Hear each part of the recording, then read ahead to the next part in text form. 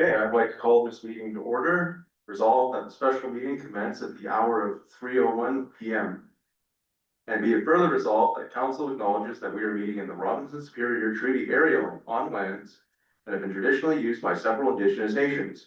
We'd like to pay special recognition to our closest Indigenous neighbors, the communities of Bitcoin, Nishnabek, and Netnizzagamabek, Anishinaabe First Nations. Hard word.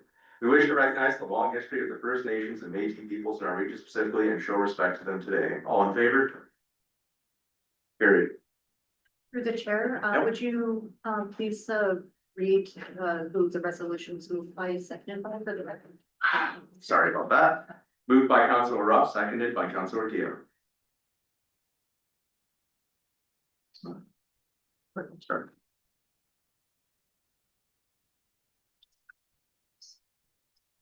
Oh, yes. Are there any disclosure of pecuniary interest and general nature thereof? Seeing none, approval of the agenda. Moved by Councilor Keogh, seconded by Councilor Hudson, resolved that the agenda be approved as circulated. All in favor? Carried.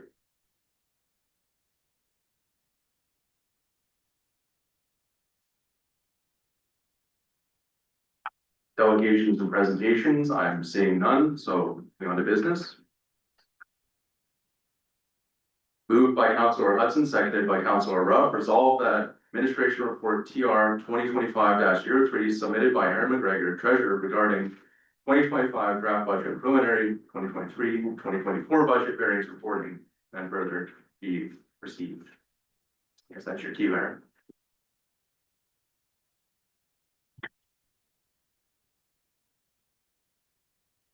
Thank you. Good afternoon, council. For you, Mr. Chair. You have before you the 2025 budget for your information. So what this is our proposed 2025 budget first draft prior to public consultation. Also attached is a schedule of reserves and reserve funds, as well as some preliminary actual budget variance reporting for 2023 and 2024. Most of this backward looking reporting and the reserves and reserve fund schedules are of course subject to adjustment as part of our external audit processes. However, I am confident enough to present these preliminary numbers for information and to inform the budget process.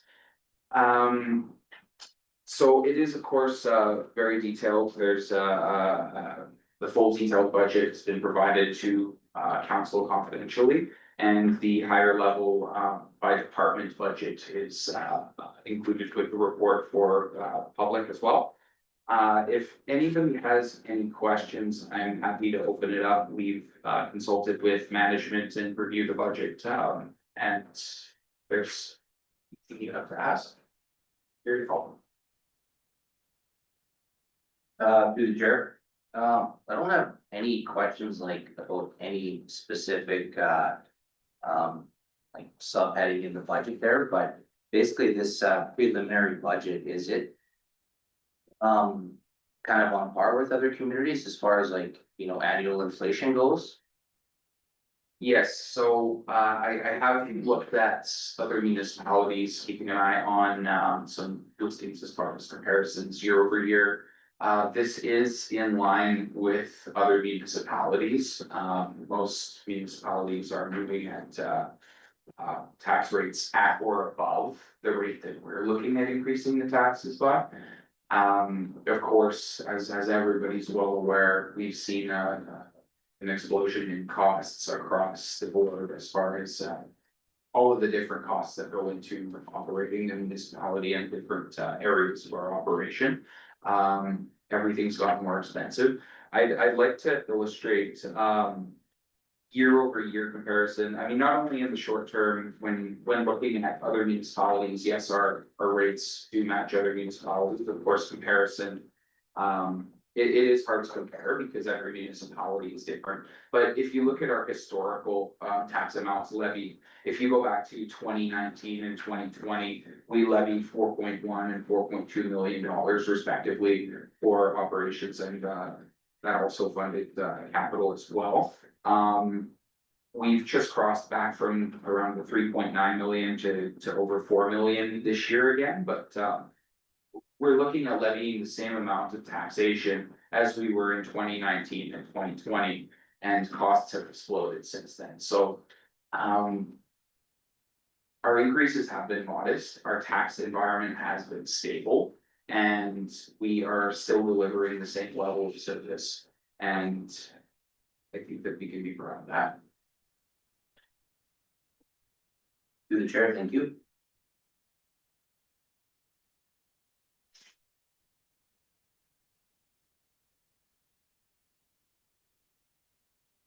Oh, Jeremy, do you have any questions? No. Kathy, any questions? No, they have been asked and answered already, so. Very good. Tony Lynn?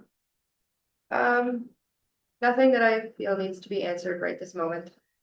Okay, so you'll be meeting with Aaron later then to Yeah. discuss those things, yeah, and I've got no questions. Or just random questions, not really anything that.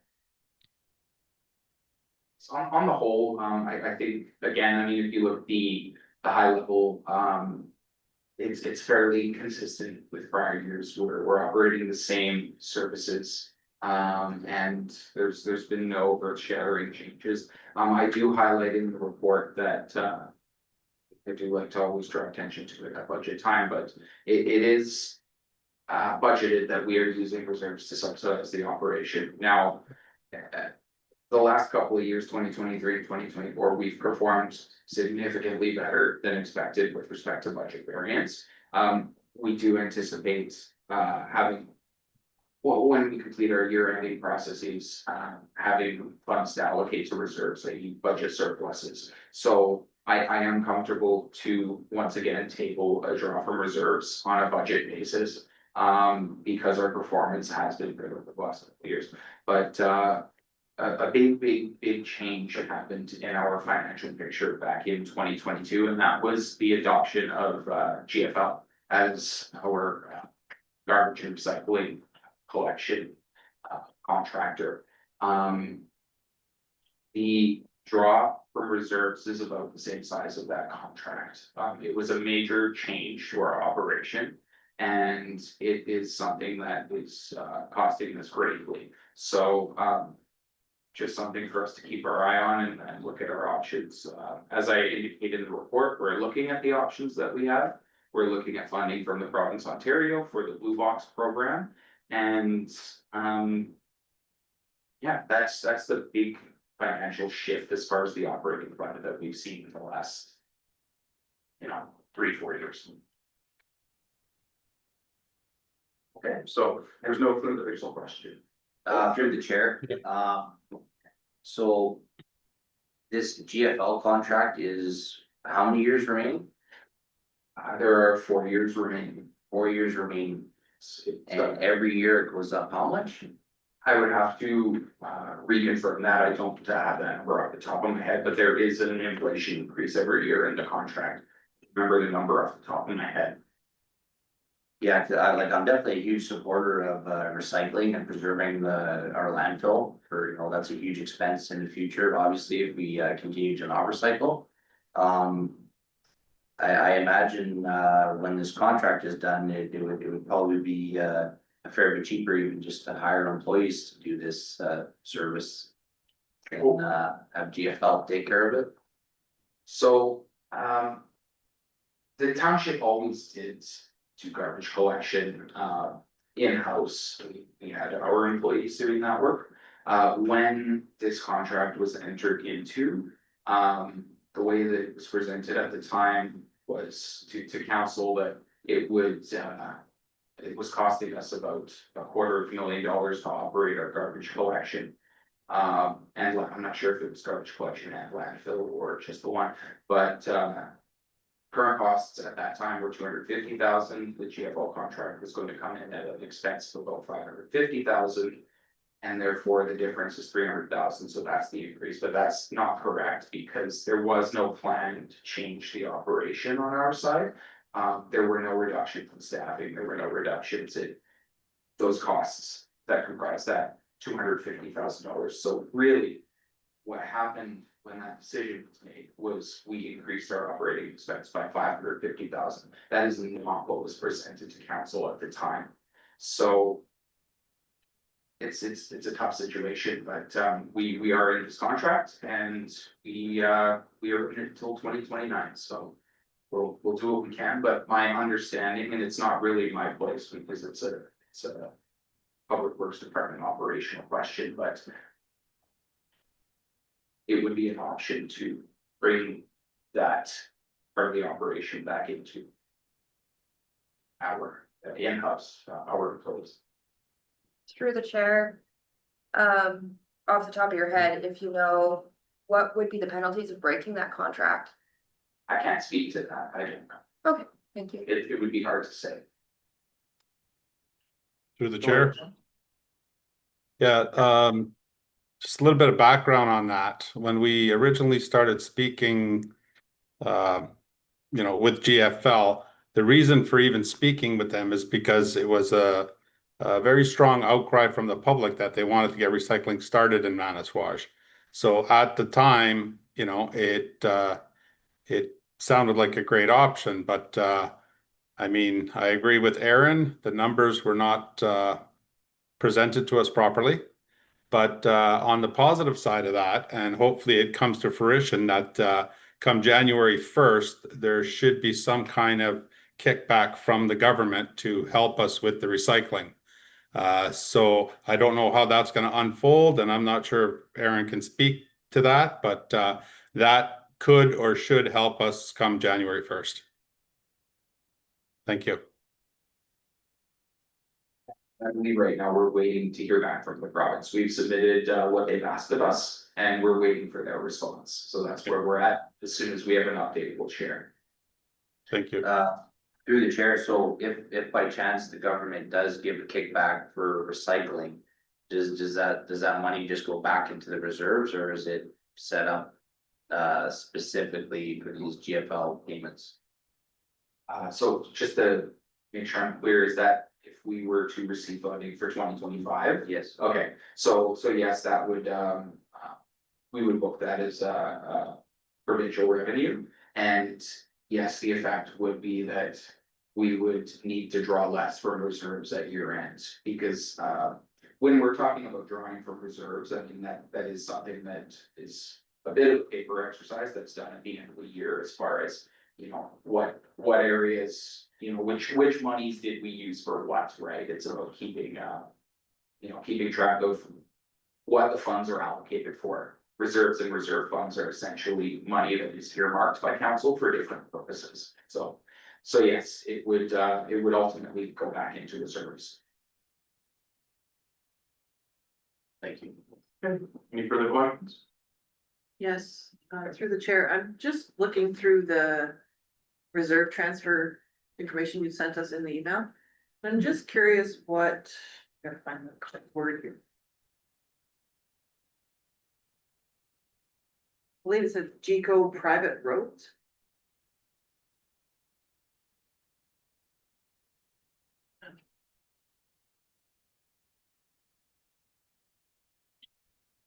I was looking at a bunch of things and I scrolled too far, I apologize.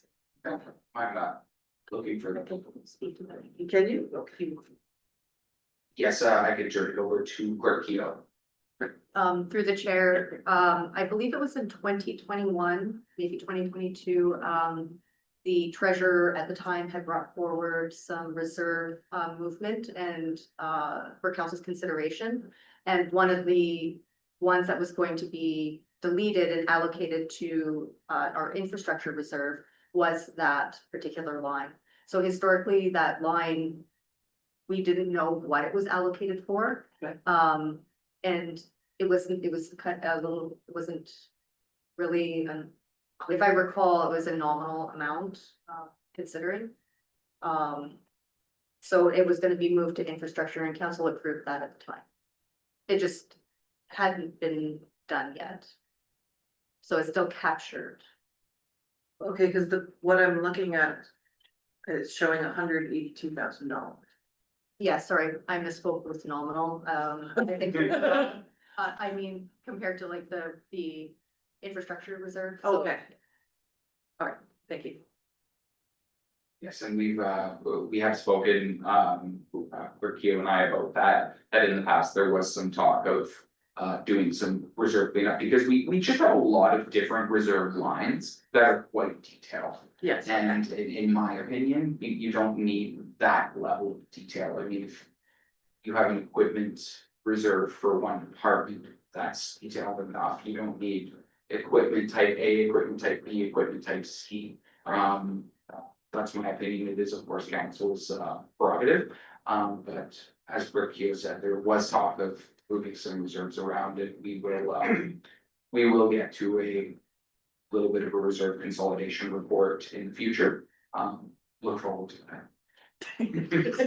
In all your spare time. Okay. Any more budget stuff? Okay, thank you for clarification on that. Okay, any further questions? Seeing none, so. I'm gonna move on to this now, so moved by Councilor Hudson, seconded by Councilor Ruff, resolve that administration report TR 2025-03 submitted by Aaron McGregor, treasurer, regarding 2025 draft budget, preliminary 2023 and 2024 budget variance reporting, and further, that council approves the attached schedule of reserves and reserve funds for the 2023 and 2024 fiscal years, and authorizes the transfers therein with a net total transfer from reserves and reserve funds of $886,157.93 in 2023, and $2,661,668.29 in 2024, and further, that council receives for information the attached preliminary 2023 and 2024 operating capital budget variance reports. And further, that council receives for information the draft 2025 operating capital budgets and direct staff to publish the draft budgets for public consultation. All in favor? Carried.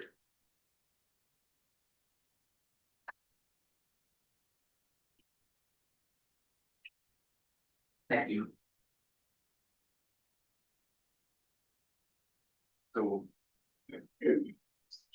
So say nothing for closed session and no, of course, no business arriving, so we're moving on to confirmatory bylaw. Words escaping me today. Moved by Councilor Hudson, seconded by Councilor Keo, being a bylaw to confirm the proceedings of the council of the township of Manitowoc at a special meeting held on Wednesday, June 18, 2025, be read a first and second time. And furthermore, be read a third time, passed and numbered as bylaw no 2025-24. All in favor? Carried.